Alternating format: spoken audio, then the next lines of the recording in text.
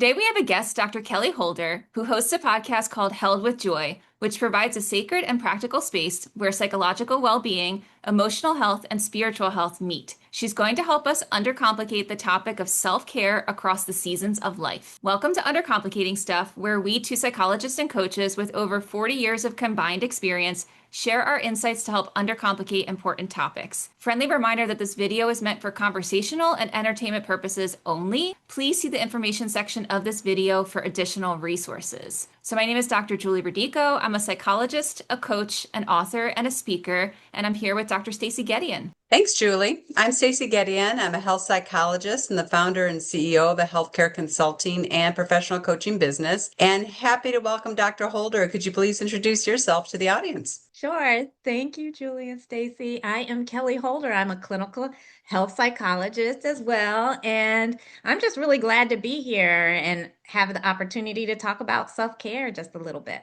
And we can't wait. And so even just to start off, can you provide some information, some background on what is meant by self-care and how do people know they're doing it? Number one, self-care is a word we hear a ton of. Everybody's talking about self-care. Almost everything people try to sell you is self-care. Because in its most basic form, self-care is about caring for our bodies, our spirits, and our minds. However, as a psychologist, when I'm using the term self-care, I really want to talk about those practices or tools that refuel us and aid us in returning to the best form of ourselves, aiding us in centering and growing our inner life, and practices that help us make everything else possible that we do within our life. I resonate with your definition of self-care and also the fact that you hear the word everywhere. Self-care is just like this catch-all of things you should be doing for yourself that you're not doing enough of, and it just carries all this weight. With that in mind, when would you encourage people engage in self-care? Self-care is something that we all should be engaged in on a regular basis. So we could talk about reactive self-care. This is the idea that something has happened to us where we feel different than we usually are, maybe impaired in some way, and we have to engage in a practice or a tool that will aid us into returning at least to baseline. And those things are helpful and needed and necessary. However, there's also this really great benefit in practicing or being involved in regular practices that create a buffer against the challenges that we will experience in the world and that will make life difficult. And so having regular self-care practices that help ground our inner life and aid us in creating some space between us and the outrageous world in which we live can be really productive in lengthening our ability to do the work that we want to do, that allows us to connect with the people we want to connect with and allows us to feel good in our own bodies, minds, and skins, for lack of a better word. So important to highlight that self-care is not only necessary when we go through a stressor, which, as you said, we all go through, but also the benefits of it being preventative and supportive day to day. There seem to be a lot of myths or misconceptions about self-care. You and Julie kind of alluded to some, maybe it all falls on the person. You just need to do more self-care. And I'm wondering if you could speak a little bit to that myth and then any other myths or misconceptions that people tend to have about self-care? The first one that you just mentioned is a really important struggle we have around self-care. This idea that there's something wrong with us if we need to take care of ourselves.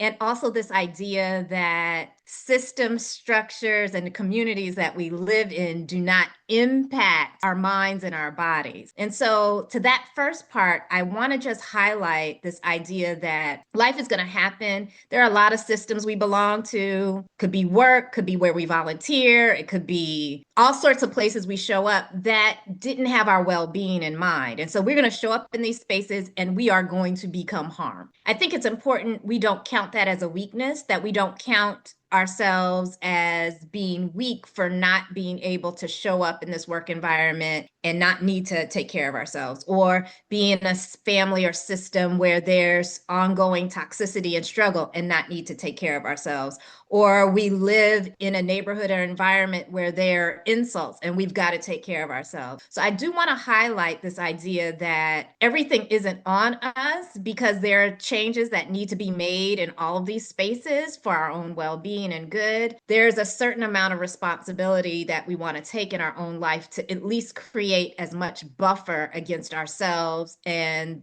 the difficulties that come with living the life that has been assigned to us. So I wanted to address that. Some of the myths, though, that I hear on a regular basis, and I know we all have heard this one, is that self-care is selfish. This idea that if I take some time away and I do something for myself, it is purely for me and I'm not thinking or considering anyone else. So number one, I want to say self-care is beneficial to you even if it's just for you. And even if it's just for you, it's not selfish. We have to find a way to sustain our lives, and self-care is a huge piece of that puzzle. The other piece that I think often we forget is that we don't live as monoliths. So just like you would drop water into a bucket or a pond and you would see that ripple, the same is true for how we care for ourselves. So whether I'm caring for myself and it's going to help me with my parenting or not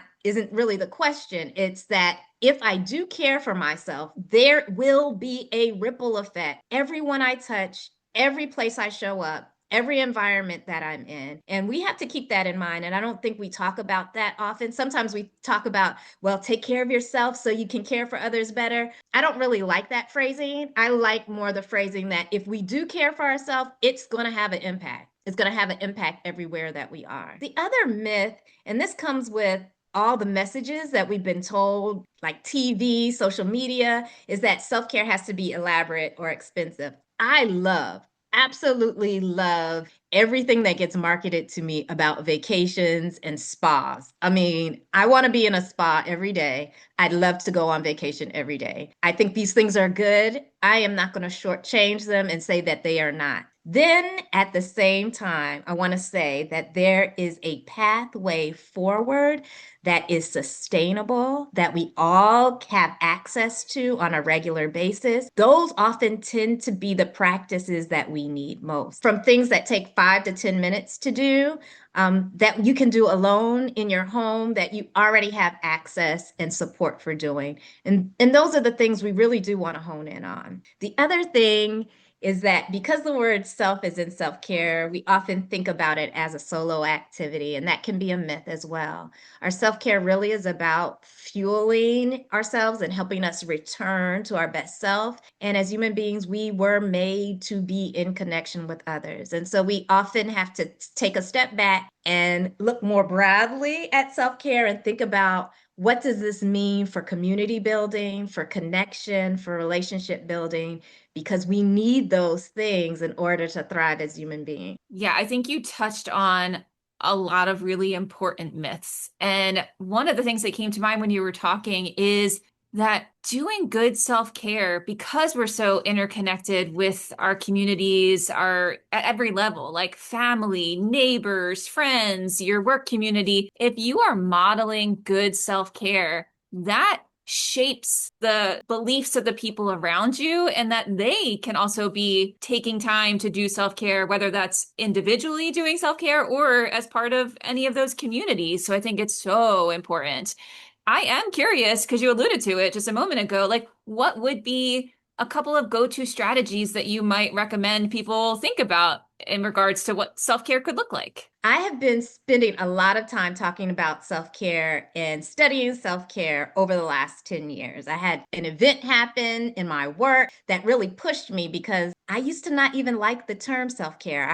I would get these questions from people. I do these workshops and people say, well, what's the best form of self-care? And I'm like, what are you even talking about? Like, I don't even think I like this term. But after spending some time with it and spending some time thinking about the different types of self-care and why we need these kinds of buffers in our life and some of the things that we talked about before, over time, I've started to realize that there is something about joy that makes these practices accessible. And so I have really started talking about self-care through the lens of joy a lot lately, because joy has embedded within it this idea of hope and courage, which is necessary because the world around us is rough. Life is rough. Like, we go through really difficult things. When I suggest to you that taking 3 minutes or 2 minutes to do a deep breathing exercise is going to create a buffer around you,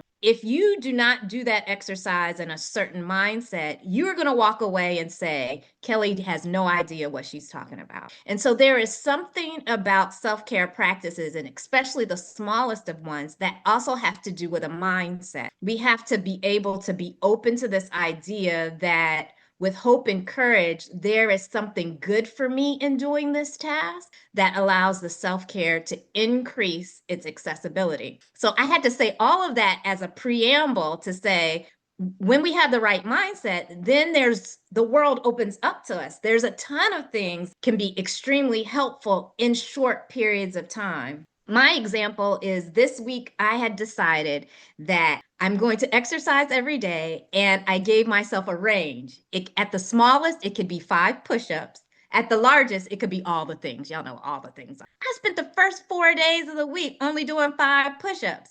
By the time I got to the 5th day, my body actually craved a longer workout. Were those first 5 days beneficial? Yes, because I stayed in it. It didn't allow me to sink back into terrible habits. It reminded me that caring for my body was important. I got something from it. But then it also pushed me to grow, because a day came where I was just like, Kelly, what you doing? Like, you only gonna do 5? Like, this is all you gonna do? These small practices allow us to open our eyes to the more we need to do to care for ourselves, because the best kinds of self-care do not feel good in the moment often, right? We have to be able to pause enough to say, I need this thing, and I'm going to take this thing whether I feel like I need it or not, because it's going to sustain me long term. Whether it's drinking water, moving your body, making that difficult phone call to a friend or a family member so that you can stay connected. The best kinds of practices are the ones that take a little bit of effort, but they serve us in the long term. And I think this is a part of around self-care that doesn't get discussed very often. We stay with the vacations and the spas and the nail treatment without talking about what we need most. And it takes effort, and sometimes it's really difficult, but those are the things that do create that buffer so we can sustain the life that we're living. So glad you brought that up in terms of it being difficult and requiring effort, and change is hard. And just like in therapy, it requires a lot of work and effort to get the benefit. And you're diving deeper than the spa. Again, great idea, or vacation, that knowing what we need to fill us up and sustain us is really important and can take a little bit of effort and time. You also mentioned with your story that this week you set out these sorts of goals for self-care, and it made me think, how do people know when their self-care may not be working, or how might it change over different areas of one's life, whether it be events or aging or dynamics? Could you speak to that a little bit? I really encourage people to notice what's happening within them as they start to think about their self-care. One sign could be noticing that it's becoming an obligation, that it's just another thing on a long list of things to do. And it often starts to feel like an obligation when you're not seeing any benefit from it, you're not getting recharged from it, you're not growing through it. And so it's really important to pay attention to that. In addition to that, it may be that you're starting to feel even more depleted after doing activities that used to be part of your self-care. You're just like, man, I just feel worn down. I'm going to do more of this. And you just feel more worn down. You start not looking forward to it. Maybe you notice you're losing your joy, you're losing meaning. So all of those can be signs that it's time to start rethinking your self-care. And I think this really connects well with your second question, because this can happen over time because of the changes that we're going through. As a woman and a mom, I've gone through all of these seasons. The same self-care I had when my kids were babies and toddlers was not the same thing when they were middle schoolers, and definitely not the same thing as it is now with them being lively teenagers. I need something different because I have to show up in my world differently just because of who my kids are. But also my self-care has had to change as I've changed jobs and environments that I have to show up in. Y'all, I entered menopause in the last 2 years. That definitely changed my self-care. For sure, for sure, for sure. And so it has to be okay that we change as our bodies and our situations change. And we can ask ourselves the questions like, what am I actually doing? What is working? And that actually doing question is important because sometimes we don't pay attention to what we're already doing. And so we have to slow down enough to say, okay, these are the things that I am doing, right? How is it helping me? Is it working? And then another really great question is, what am I craving? It could be a sign of what you need. I don't know if you all have read the book by Sandra Dalton, I think. She wrote The Seven Types of Rest. And so we often talk about rest, just the physical rest. But, sometimes in our self-care, we're craving or this need for nature or a need to create or a need that changes for us in our sensory perception and how much noise or even the feeling of our fabrics, cloths are concerned, right? What about our social life? How is that feeding us? And we might have different needs depending on, again, all the changes that have happened in our life. We have to approach our lives as scientists, being able to notice what we're already doing, understand what we're craving or needing, and then being able to, with kindness and compassion, slowly start offering ourselves these things in small pieces. And as we do that, we can figure out how we need to grow. For everyone listening to this podcast, I want to say that you can go to many spaces and they will tell you exactly what to do. They'll tell you 3 steps to this, exactly what to do for that, what the self-care looks like. And the truth is that we are so unique, and you take your uniqueness plus the uniqueness of your environment, plus the uniqueness of the environment that shapes that.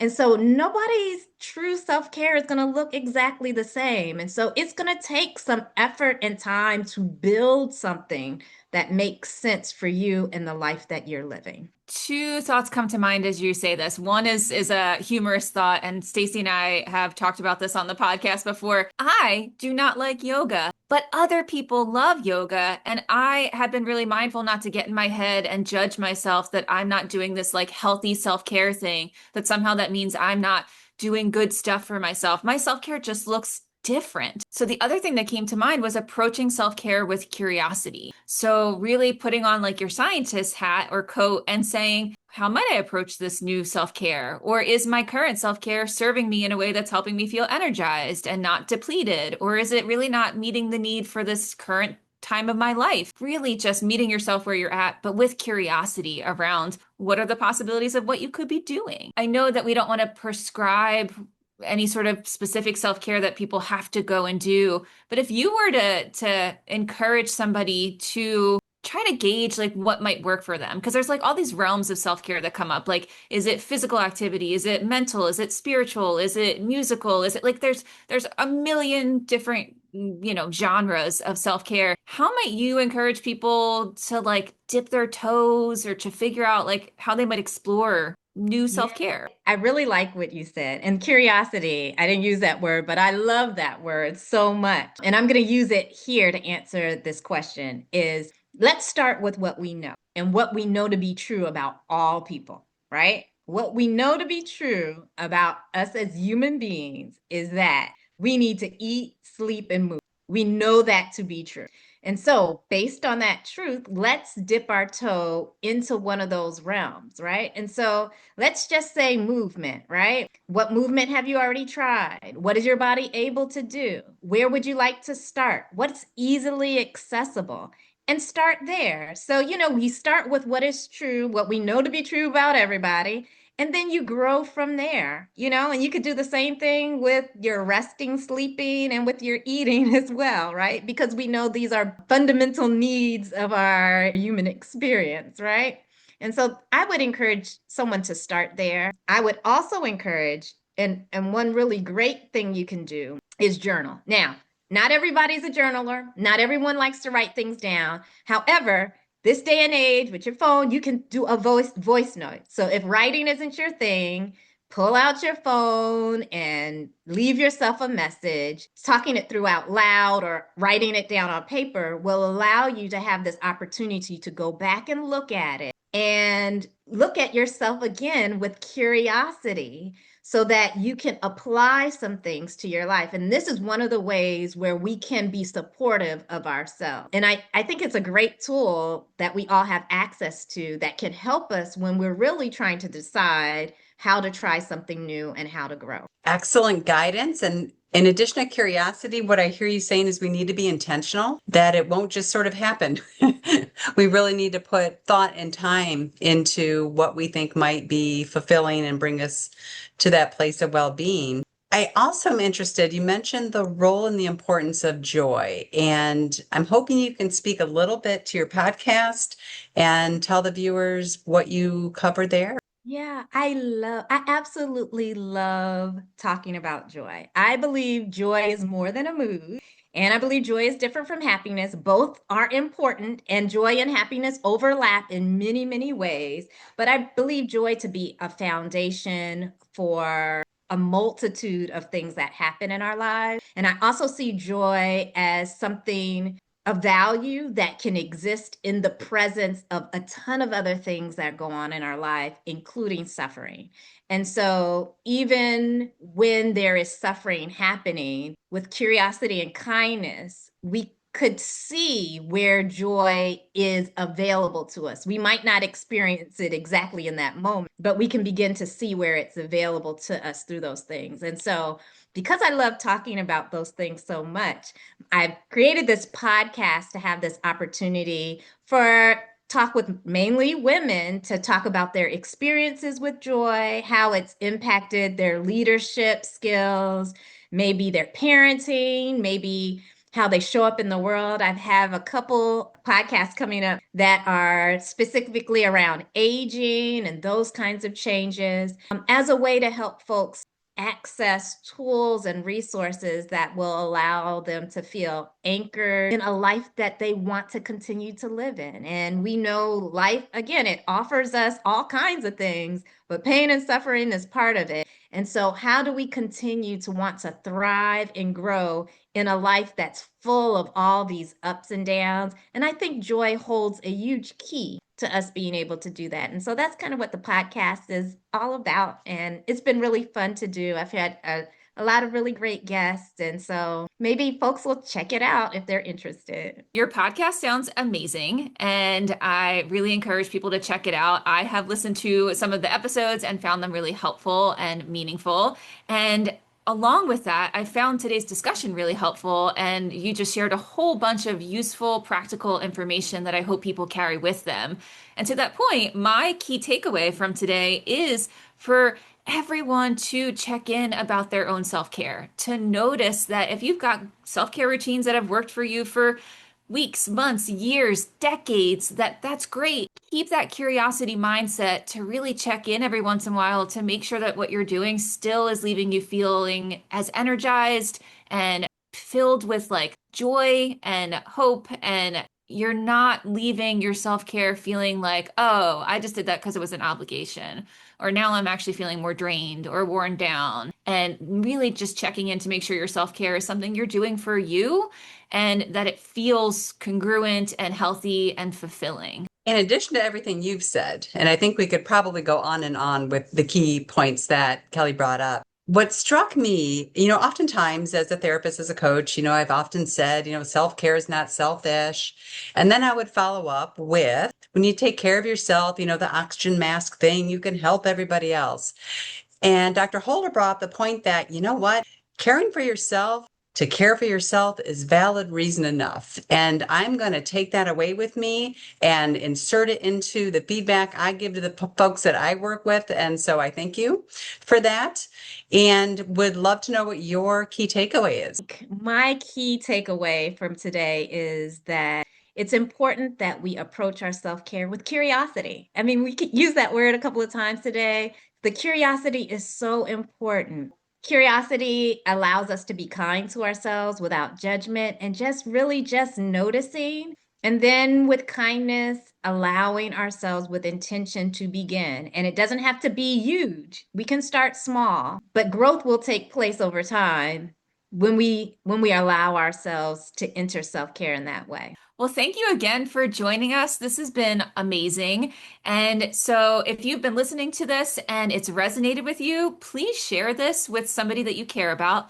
You can also find resources about our discussion today in the description of this video. And also, please comment, like, and subscribe to the channel. You can listen to our podcast on YouTube, Spotify, and Apple. You also can message us on YouTube, Facebook, or LinkedIn with suggestions of questions and guests that you'd like us to have on future episodes.